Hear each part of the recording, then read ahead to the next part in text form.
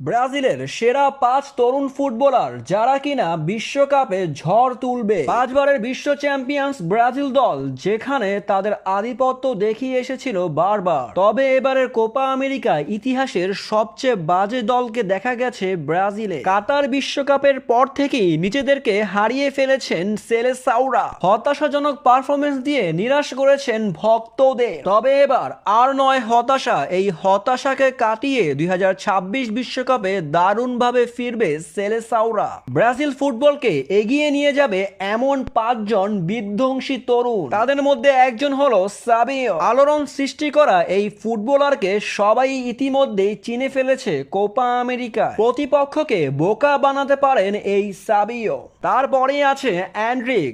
সারা বিশ্বে তোলপাড় সৃষ্টি করেছে এই যুবক, যাকে কিনা বলা হচ্ছে নেইমারের উত্তরসূরি। 17 বছর বয়সে যেই খেলা দেখিয়েছেন অ্যান্ড্রিক, তাকে ভালোভাবে পর্যালোচনা করলে সে সেন্টারে দারুণ একজন খেলোয়াড়ে পরিণত হবে। তারপরেই আছে মার্কোস লিওনার্দো। সেন্টার পজিশনে খেলে থাকেন এই তারকা খেলোয়াড়। বেনফিকা ক্লাবের হয়ে শেষ মৌসুমে দারুণ পারফরমেন্স করিয়ে জাগরণ সৃষ্টি করেছিলেন এই খেলোয়াড়। তাই তো 2026 বিশ্বকাপে ডাক পেতে পারেন এই ফুটবলার। গোলরক্ষক ব্যান্টোকে দেখা যেতে পারে 2026 বিশ্বকাপে, যেখানে অ্যালিসন বেকারের মতো গোলকিপার ব্যর্থ হয়েছে কোপা আমেরিকায়। তাই তো তার জায়গায় দেখা যেতে পারে ব্যান্টোকে।